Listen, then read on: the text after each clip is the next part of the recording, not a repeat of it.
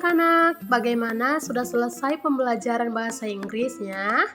Kalau sudah selesai, kita lanjut pembelajaran yang kedua, yaitu bahasa Indonesia. Dibuka buku temanya, dipersiapkan kembali bukunya. Kita belajar dari tema 1, subtema 4, pada pembelajaran ketiga, keempat, dan kelima. Supaya di hari Senin kita masuk pada tema 2. Oke anak-anak, selamat belajar, selamat menonton video pembelajaran. Jangan bosan untuk tetap semangat belajar di rumah. Lakukan yang terbaik, Tuhan memberkati. Bunga adalah bagian dari tumbuhan.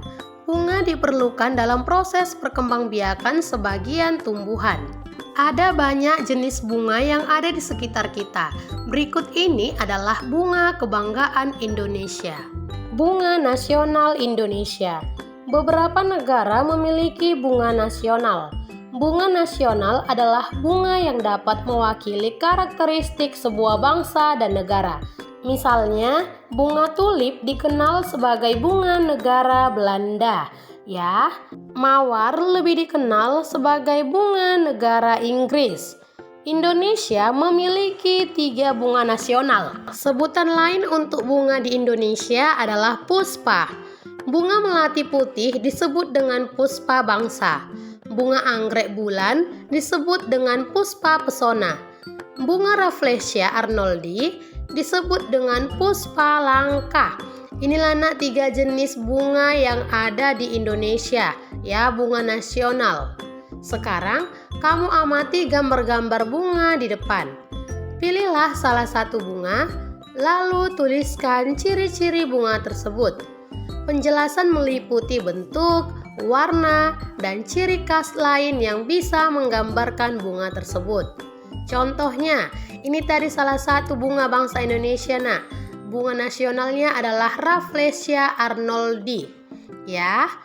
Bunga Rafflesia arnoldi memiliki bunga yang melebar dengan 5 mahkota bunga. Satu bunga terdiri dari 5 kelopak kasar yang berwarna orange dan berbintik-bintik dengan krim berwarna putih.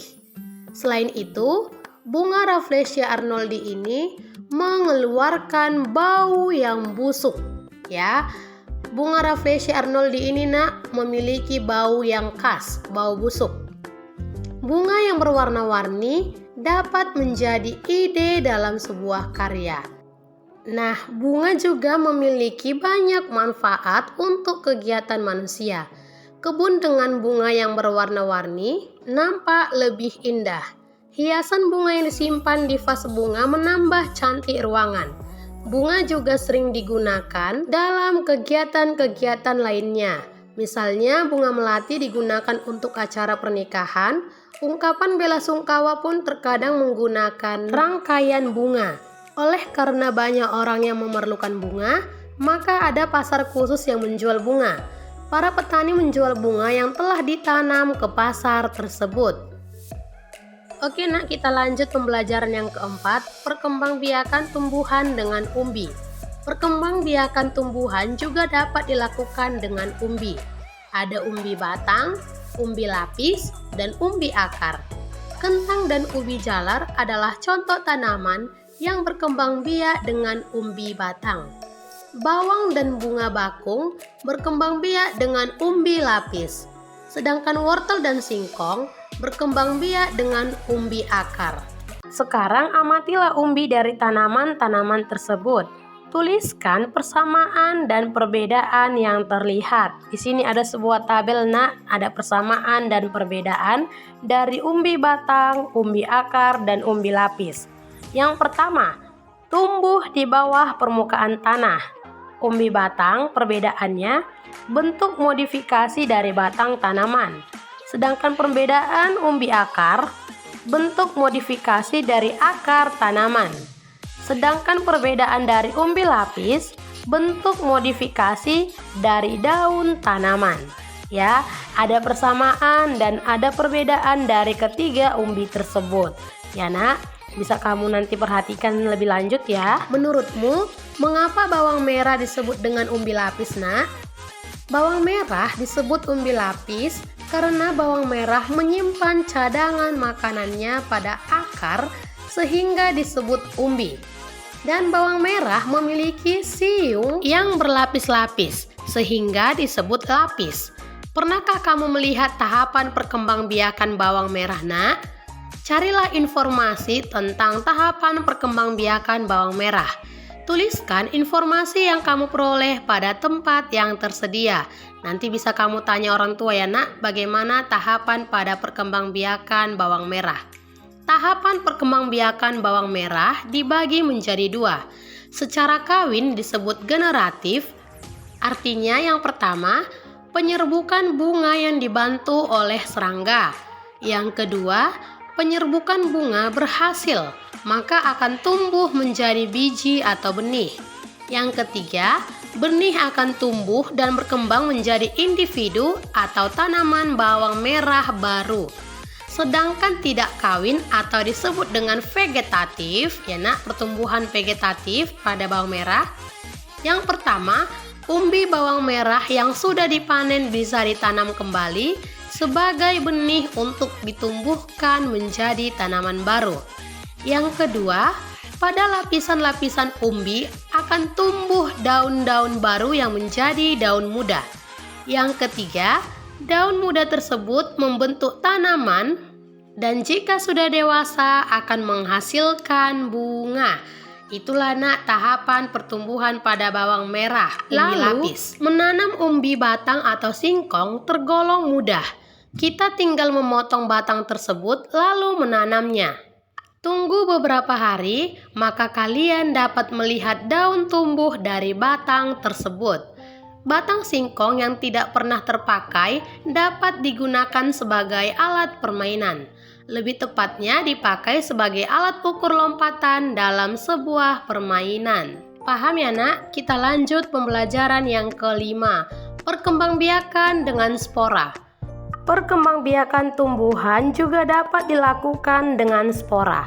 Bacalah teks dialog berikut dan peragakan dengan temanmu. Edo: Hai Lani, kamu sedang apa? Lani: Hai Edo, aku sedang membantu ayah menyiram tanaman. Edo: Banyak sekali jenis tanaman di sini. Pantas saja udaranya terasa sejuk. Lani: Iya, aku dan ayah senang berkebun. Edo: Itu tanaman apa, Lani? Lani: Oh, itu namanya paku-pakuan. Sebenarnya aku tidak menanamnya. Ia tumbuh sendiri. Lanjut Edo: Bolehkah aku minta bijinya? Aku ingin mencoba menanamnya di pekarangan rumahku. Lani: Silahkan, tetapi tanaman itu tidak punya biji. Tumbuhan itu menggunakan spora untuk berkembang biak. Nah, sekarang ini, Nak, tanaman ini atau tumbuhan ini menggunakan spora untuk berkembang biak. Lanjut Edo: Spora. Lani: Coba kamu perhatikan bagian belakang daunnya. Edo: Wah, ada banyak bintik-bintik hitam. Lani: Nah, itu adalah kumpulan spora. Bentuk spora seperti biji tetapi sangat halus. Jadi, dapat diterbangkan angin dengan mudah. Angin menerbangkan spora itu sampai ke sini. Lalu, ia tumbuh di sini. Edo: Wah, kamu hebat Lani. Kamu tahu banyak hal tentang tumbuhan. Lalu lanjut Lani: Terima kasih. Itu karena aku mencintai tumbuhan. Jika mencintai sesuatu, kamu tentu ingin tahu banyak tentang hal itu kan? Edo: Iya, kamu benar. Nah, demikianlah, Nak, percakapan antara si Lani dengan si Edo tentang tanaman yang tumbuh dengan spora. Tuliskan kata-kata yang baru kamu ketahui dari teks dialog. Temukan arti kata-kata tersebut dalam sebuah kamus besar bahasa Indonesia. Contoh kata barunya, Nak, ada spora. Spora itu artinya alat perbanyakan yang berukuran sangat halus, mudah tersebar oleh angin, air, binatang, dan sebagainya. Kata baru yang kedua ada paku-pakuan. Artinya itu adalah pakis. Yang ketiga ada kata biji. Artinya isi buah. atau yang apabila ditanam dapat tumbuh. Yang keempat, ada kata tanaman. Artinya, tumbuhan yang biasa ditanam. Ada kata yang kelima, yaitu sejuk. Arti sejuk adalah agak dingin, nyaman, segar, yaitu tentang udara. Ya, kamu bisa menemukan arti kata baru ini, Nak, dari sebuah kamus besar bahasa Indonesia. Ya, sekarang kita dapat membuat sebuah kalimat dari kata-kata tersebut. Contohnya yang pertama, tumbuhan paku-pakuan berkembang biak menggunakan spora. Yang kedua, pakis termasuk tumbuhan paku-pakuan. Yang ketiga, mangga berkembang biak menggunakan biji. Keempat, jahe dan kunyit termasuk tanaman obat-obatan. Kelima, udara di daerah pegunungan terasa sejuk. Oke anak-anak, dipahami ya? Perhatikan kembali teks dialog tentang cara perkembangbiakan tumbuhan dengan spora. Tuliskan kembali cara perkembangbiakan dengan spora menggunakan bahasamu sendiri. Tuliskan dalam bentuk paragraf. Gunakan huruf kapital dan tanda baca yang benar. Menggunakan huruf kapital dan tanda baca yang benar. Contohnya, tumbuhan paku-pakuan menggunakan spora untuk berkembang biak. Spora berbentuk bintik-bintik hitam di bagian belakang daun. Bentuk spora seperti biji tetapi sangat halus, sehingga dapat diterbangkan angin dengan mudah. Ya, inilah Nak yang termasuk contoh tumbuhan yang tumbuh dengan spora. Sekarang, coba kamu perhatikan si Lani penyayang tanaman. Lani tidak saja tahu banyak hal tentang tanaman, tetapi ia juga rajin memelihara tanaman. Kegiatan merawat tanaman termasuk mencintai lingkungan. Merawat dan memelihara tanaman merupakan kewajiban kita terhadap lingkungan. Melalui kegiatan menanam, kita ikut serta menambah jumlah pohon. Semakin banyak pohon ditanam, semakin baik udara di sekitar kita. Sekarang Nak, coba amatilah lingkungan di sekitar rumah kamu. Coba lakukan kegiatan merawat lingkungan rumah bersama orang tua. Kegiatan yang dapat dilakukan adalah menanam dan menyiram tanaman. Selain itu juga merapikan dan membersihkan lingkungan secara bersama-sama. Oke anak-anak, demikianlah materi pembelajaran bahasa Indonesia kita pada hari ini. Ya, Miss berharap kamu dapat mengerti apa yang telah Miss jelaskan tadi. Pertama tadi kita sudah belajar tentang bunga nasional Indonesia. Yang kedua, pertumbuhan tanaman dengan umbi.